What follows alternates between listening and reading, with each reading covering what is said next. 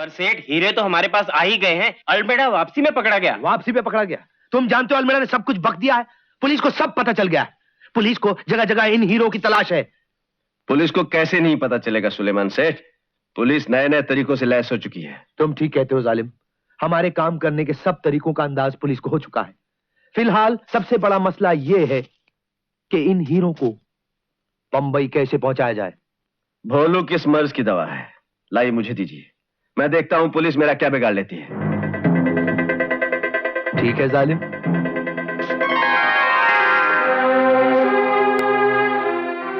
क्या दाम लगाओगे? क्यों मजाक करते हो भाई? सुनार की दुकान है, कबाड़ी की नहीं।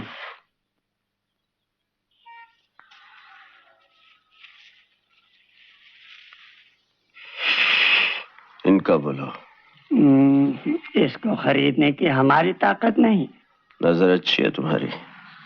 ये काम करोगे हमारा? फरमाइए। ये जो नकली हीरे हैं इसमें, इनको निकाल दो और ये जो असली हैं इनमें जड़ दो, और बाकी के जो नकली हीरे बचे उनका हूबहू ऐसा ही सेट बना दो। बन जाएगा। रहा एडवांस, किसी को खबर नहीं होनी चाहिए। अगर चाहते हैं किसी को खबर ना हो तो फौरन पिछले दरवाजे से छू हो जाइए। क्यों? सामने के दरवाजे से पुलिस आ रही है। भाई कहाँ से आ गए? देखो कल आ रहा हूँ, काम हो जाना चाहिए।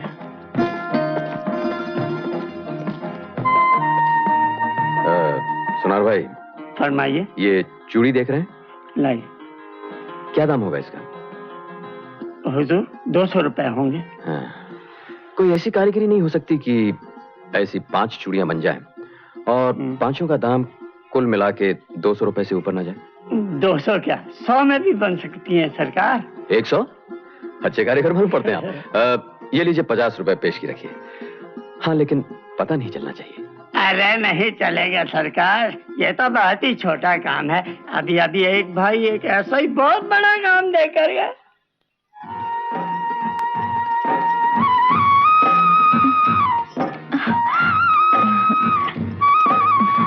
अब हाथ छोड़िए। जी।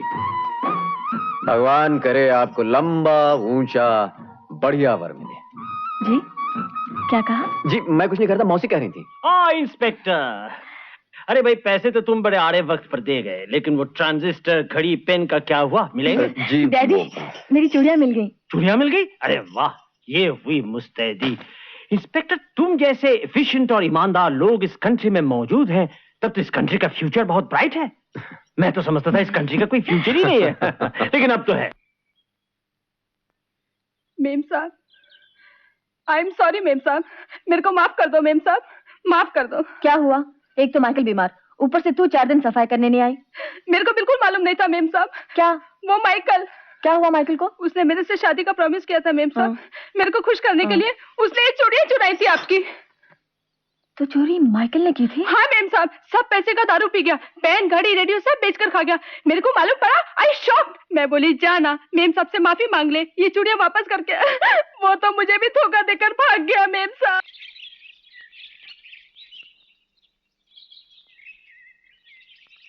Good morning Shobha ji.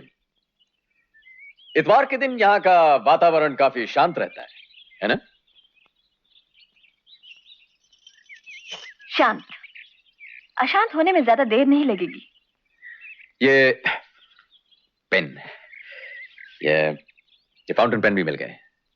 लेकिन ये तो 4 हैं। आप पहचानिए आपके डैडी का इसमें कौन सा पेन है? आप ही बताइए ना। मैं कैसे बता सकता हूँ? क्यों, चोर से नहीं पूछा? जी। अच्छा ये बताइए, ये कितनी चूड़ियां हैं? 5। और ये गिनिए गिनिए। जी गिनता हूँ। 1 2 3 च नहीं, 6 6 जी 6 6 और 5 11 होनी कितनी चाहिए? 6। तो 11 कैसे हो गए? 11 देखिए। और डैडी समझते हैं कंट्री का फ्यूचर बड़ा ब्राइट है। वो तो है ही। शर्म करो, मैं आज के बाद तुम जैसे बेईमान आदमी की शक्ल नहीं देखना चाहती। देखिए मेरी बात सुनिए। आप मुझे गलत समझ बैठी हैं। मैं इतना बुरा आदमी नहीं हूँ। बुरा आदमी नहीं, तुम जैसा मक्का धोखेबाज झूठा मैंने आज तक नहीं देखा। हाय भगवान, ये काम मुझसे नहीं होगा। नहीं होगा तो क्यों ले लिया ये काम? किसी भले आदमी का धंधा चौपट करोगे तो फिर मैं क्या करूं? क्या करूं क्या? ये जिद छोड़ो, वापस चलो। नहीं मधु, मैंने जिंदगी में कभी हार नहीं मानी। तुम्हारी मर्जी। आज ही तो कल ये नौकरी जाएगी, फिर फाके होंगे। आप कोई सवाल नहीं पूछेंगे तो मैं भी कोई सवाल नहीं पूछूंगा। आपको पैसे की जरूरत है, मुझे एक अच्छे काम करने वाले की। 5,000 पेशगी और 5,000 काम हो जाने के बाद। ए मिस्टर, मेरी बेटी को बीच में मत लाओ, मुझसे बात करो। मामा तुम बीच में मत बोलो, मैं बड़ी हो गई हूँ, कमाने लायक हो गई हूँ। अरे इतना बड़ा पैसा दे रहा है, काम जरूर खतरे का होगा। खतरा सारा मुझ पे, आपकी बेटी पे आंच नहीं आएगी, ये वादा रहा। ठीक है, काम समझा? मधु। मामा ये पैसे रख लो। आप रख भी लीजिए ना। हाँ, अब क्या करना होगा? मेरा नाम चंदन सिंह है। मेरा नाम मधु। मधु बहुत मीठा नाम है। नहीं, मधु या मधुमक्खी? तुम्हें शहद नजर आया, सोचा डंक भी दिखा दूं। चलो ऐसा बराबर हुआ। दोस्ती? दोस्ती नहीं, सौदा। मेरे पास माल है, तुमसे रुपए लेने हैं। आओ।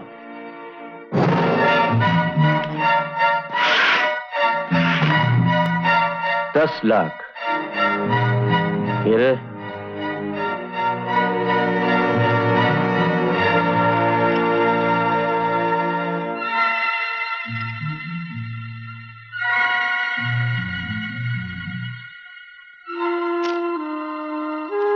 इस माल का सौदा तो सेठ सुलेमान के साथ हो गया था,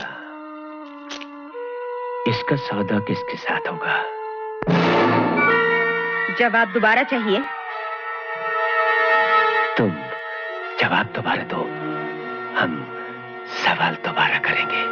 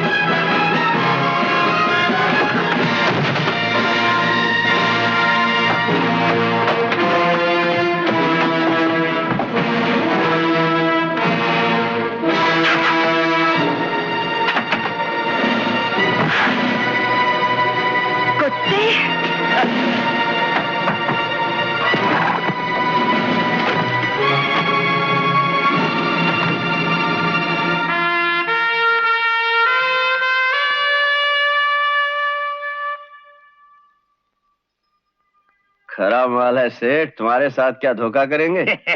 हमारा माल भी खरा है बाया, पूरे 10 लाख हैं। लो गिन लो। गिनने क्या है, तुमने कह दिया पूरे ही होंगे।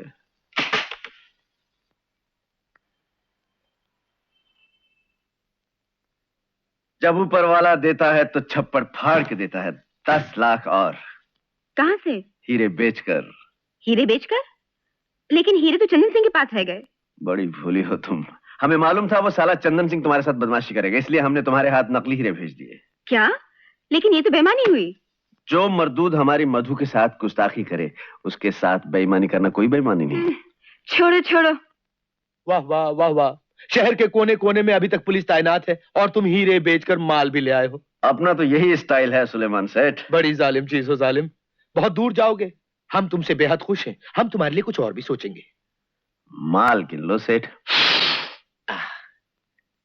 1 2 3 4 5 6 7 8 और ये 9।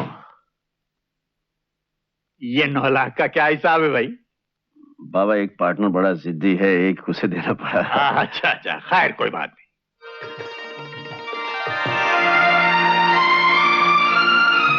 ये कार? जी हाँ। बिल्कुल नहीं है। बिल्कुल नहीं है। और मेरे लिए? जी हाँ, बिल्कुल आपके लिए, और ये रही चाबी। लेकिन लेकिन क्यों?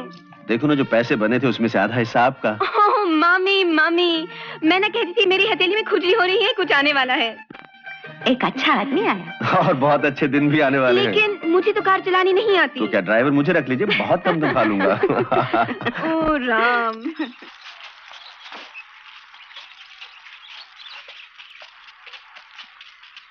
सतारावाला के डाकू गांव की कुछ लड़कियां उठा कर ले गए थे सर। इंस्पेक्टर नाडकर्णी उन्हीं की पूछताछ के लिए गए थे। इनकी लाश मैं कैसे उठा कर लाया हूं मैं ही जानता हूं सर। शाबाश। Cruise. Yes sir. Give him first aid. Okay sir. ये सतारा वाला कौन है सर? तारा एक बहुत घने जंगल का नाम है।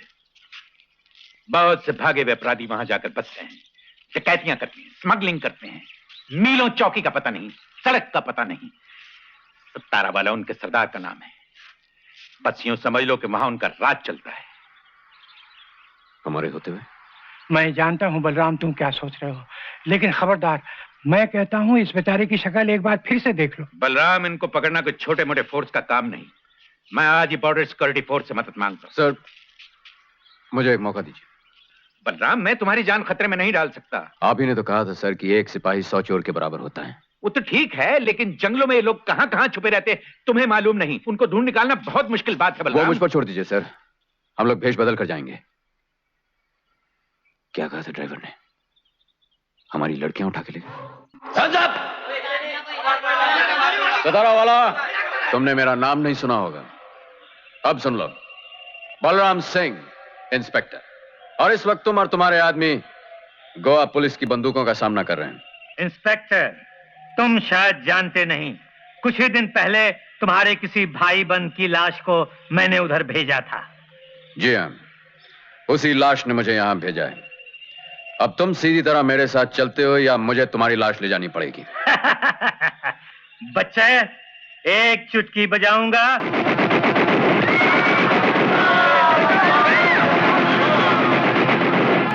शोभा जी, आप लड़कियों को लेकर टेंट में जाइए। मुखर्जी साहब, लड़कियों में ध्यान रखिए।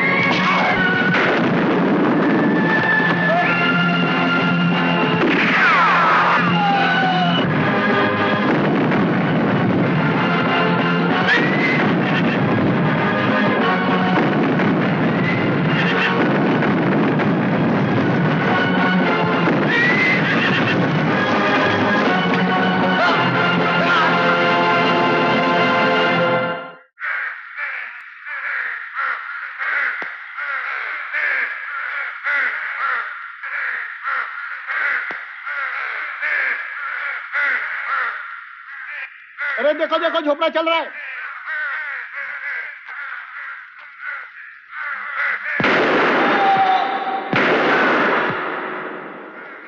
शाबाश मेरे शेर।